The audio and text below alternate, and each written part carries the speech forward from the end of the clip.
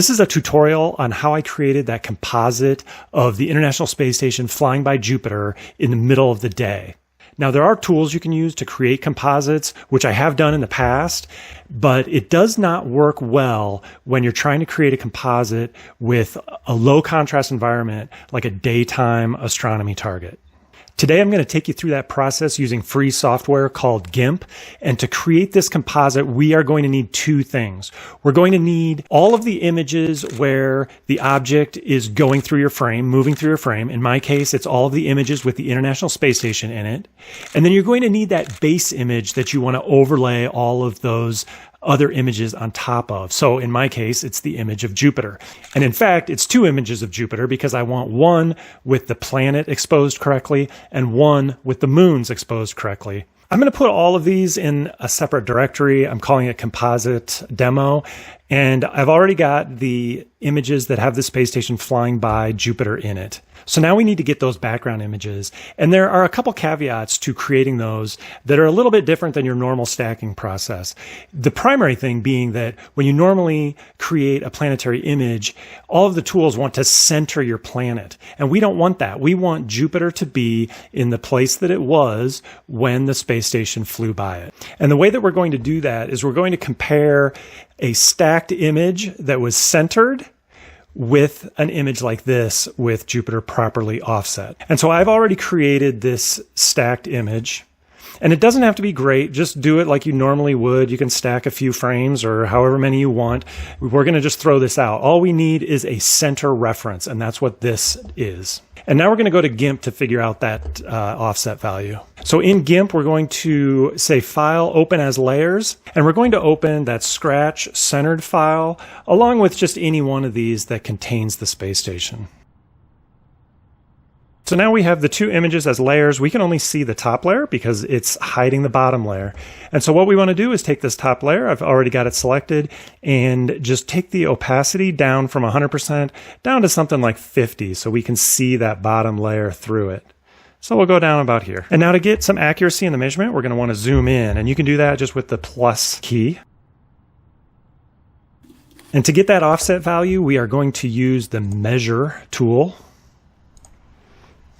And then we're just going to measure a point on the centered image to a point on the offset image. And that's going to give us that offset. And so I'm going to choose the right edge of this upper band, the center of it. I'll try to be as accurate as I can be. And it's just a left click and then drag over to the spot that you want it to. And I'm going to say that's about right there. And just release your left click button there. And you can see the offset at the bottom. So it's 415 to the right by 27 down. And for the purpose of the offset that we're going to need for the PIPP software next, it's going to be negative 415 and positive 27. And that's all we needed this for. So I'm going to go ahead and get rid of GIMP for now. Now we need to get a properly offset video that we're going to eventually stack. And we're going to do that with PIPP. I'm just going to drag my raw capture from that day into PIPP and say yes to debayer. In PIPP, we're going to choose planetary. And then in input options, I'm just going to take the 2,000 frames that were immediately before the space station flyby and stack those into the image I'm going to use for the background. And we know the first image here, where the space station first starts to come into view, is frame 4950. And I want to stack 2,000 images, so I'm going to stack 2950 to 4949. So in input options, we're going to say limit frame range, 2950. 4949. Go to processing options. And here we're going to want to enable cropping because we're going to use the X and Y offset. And we're just going to crop it down to your original image size. For me, it was 4K. So we're going to go 3840 by 2160. And the X offset was negative 415.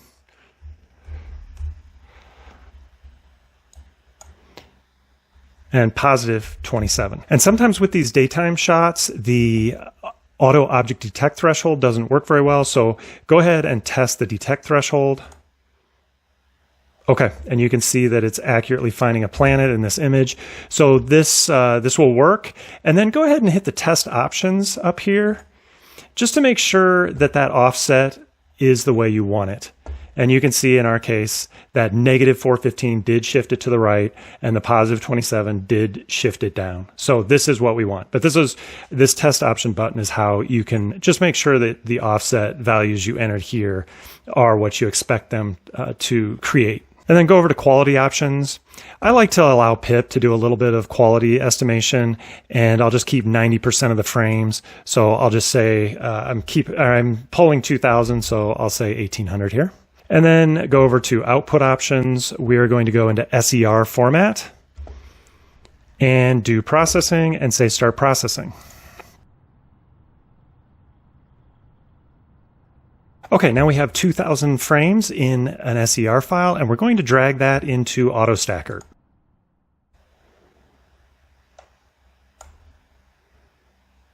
And your AutoStakkert might default to planet, so you want to make sure you go over to surface. Even though this is a planet, if you click surface, it will center your Jupiter. We don't want that. So we're going to say surface, and then we're going to drop this green anchor box right over the top of Jupiter. So control click. And we can adjust the size of this with just the numbers on your keyboard, 1 through 9. So 1 is super small, 2, 3, 4, 5, and they keep going bigger, but I think 4 might be what we want here. Yeah, 4 looks pretty good. And we'll go ahead and hit Analyze.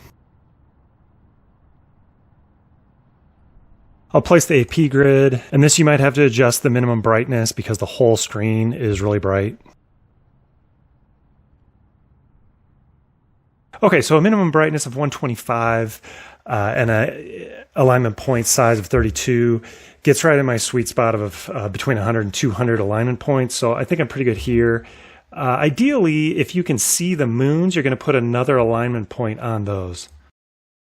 I think I maybe see one there. For the purpose of this one, I'm just going to do 75% of frames to stack and say stack. I'm going to take this image over to RegiStax and create a nice crisp picture of Jupiter, and then I'm going to also create another one that has kind of overexposed moons by really cranking the wavelets in RegiStax. I'm not going to take you through that process. There's plenty of other videos on YouTube that explain how to do RegiStax. Okay, now I have my 2 background pictures I need. I've got my composite background and I've got my composite background with moons. I'm just going to go ahead and move those over to my working directory. And this scratch centered that we used earlier, I can go ahead and remove that one. Okay, we've got our 10 pictures with the space station. We've got our background image and we've got our background image with moons. So let's go to GIMP. All right, this was from our earlier work to calculate the offset. We'll go ahead and close that. And now we're going to open all of those files in that working directory as layers.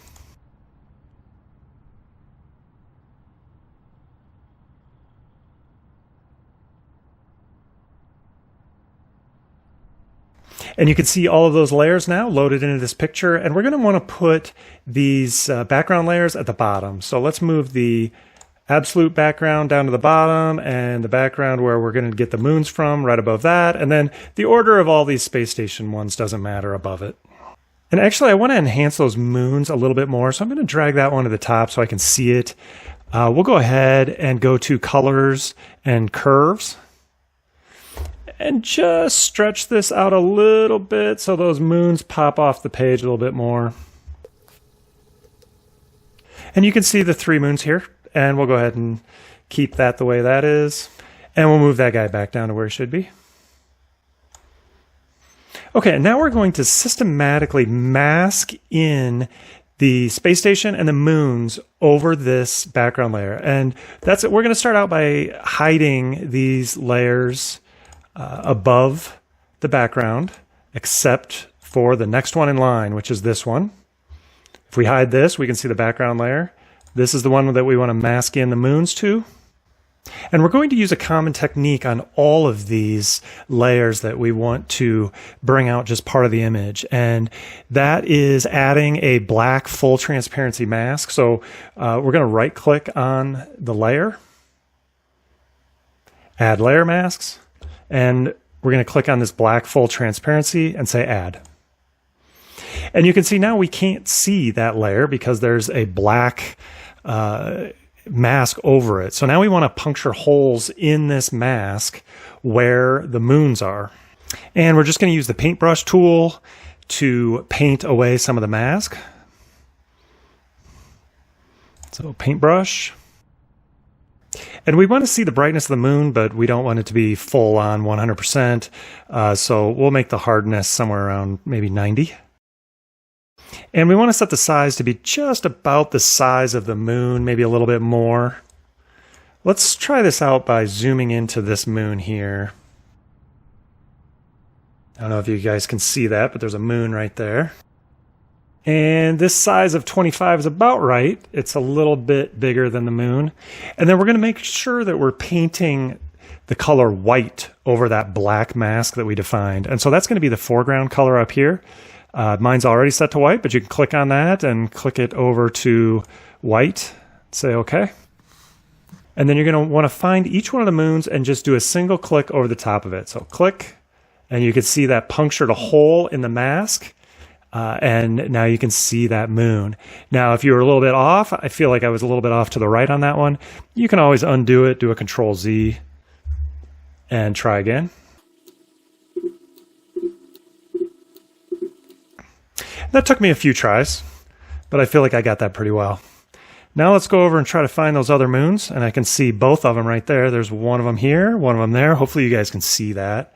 And we're going to do the same thing. We're just going to puncture a hole by a single left click with this white paintbrush. I think I got that one good. And let's puncture a hole right here. I think that looks pretty good. So I'll go ahead and pan back out and see what we did. And so now we can see our background version of Jupiter along with 3 bright moons. Now it's time to put the space stations on top of this. And so we're going to work our way up these layers. And so let's go ahead and click where the eye would be on the next layer up. And you can see that it's this first frame. I actually don't want to do that as the demonstration of the first one because that's the ones on the edge are a little bit more difficult. I'm just going to go ahead. It doesn't matter what order these are in. I'm just going to go ahead and move that one up a little bit, hide it again. And let's go ahead and click the next one, which is the next one down in the row. And I'm not going to take you through each one of these. I'll show you the first one and I'll fast forward through the rest of them. So on this one, we're going to do similar to what we did for the moons. We're going to right click on that layer that we just made visible. And we're going to say add layer masks, black full transparency and add. It disappeared because there's a black mask over it now. And now on this one, we're going to want to, over in the layer section or area, we're going to want to click the little thumbnail of the image that we're trying to bring out. So we're going to left click there. And then we're going to use the fuzzy select tool to have GIMP just automatically find the space station. So up here is fuzzy select. Click on that. We might need to work with the threshold a little bit, but I'm going to start with 75. And so what we want to do is we want to click on the space station. But of course, the problem is we can't see the space station. So what I do is just kind of click anywhere here to select the blue area. And this will expose where the space station is. So I'm just going to left click here for the fuzzy select. Okay, and it selected all this blue area, and then it exposed where the space station is. So I'm going to go ahead and just zoom in a little bit there. I'm hitting the plus key. And then this isn't what we want to select, right? This is selecting the whole blue area. So now that I know, though, where the space station is, I can do a left click here and select inside where the space station is. And I'm just clicking around inside this area where I know the space station is to try to get this fuzzy select tool to choose the entire space station. And I think I've got a pretty good one here. You can see the panels coming out on each side, but I can keep clicking around if I want to. You know, that's no good. That's no good. That's pretty good. Now we're going to do a couple things to this selection. We're first going to expand the selection a little bit. So we're going to say select grow, and let's just grow it by 1 pixel. And then we're going to soften that edge a little bit by hitting the feather. And you can do like a 1 or 2 pixel feather. I'll just go ahead and say 2 pixels. and say okay. And then to reveal the International Space Station through this black mask that we've put on, we're going to want to click back to this black mask. We're going to want to go to the paintbrush tool. We're going to want to verify that our foreground color is white, and we're going to want to click into this area, left click.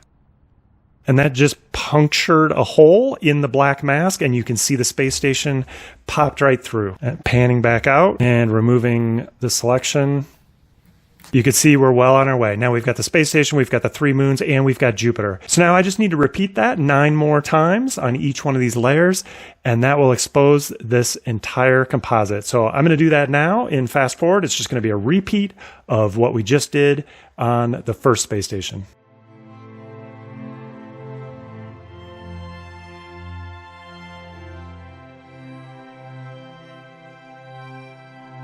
Okay, and that's it. I've masked in all of my ISS images. You'll see there's one missing. That was just a missing frame.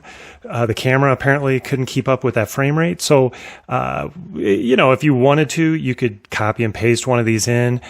For scientific accuracy for this one, I'll just go ahead and crop this down so that we don't even see this part. And there's our final image. We can do some more tweaking to this to smooth out the background, maybe make it a little bluer, but I won't go into that. That's just diving deeper into GIMP. Really what I wanted to show you today was just how to mask in multiple images into a background layer like that. That's really all there is to it. That's the completed composite. If you've got any questions for me about this, go ahead and drop them in the comments. I'll try to get back to you. If you've got suggestions on different or perhaps better ways to do this, also let me know in the comments. Thanks for watching, and I'll see you next time.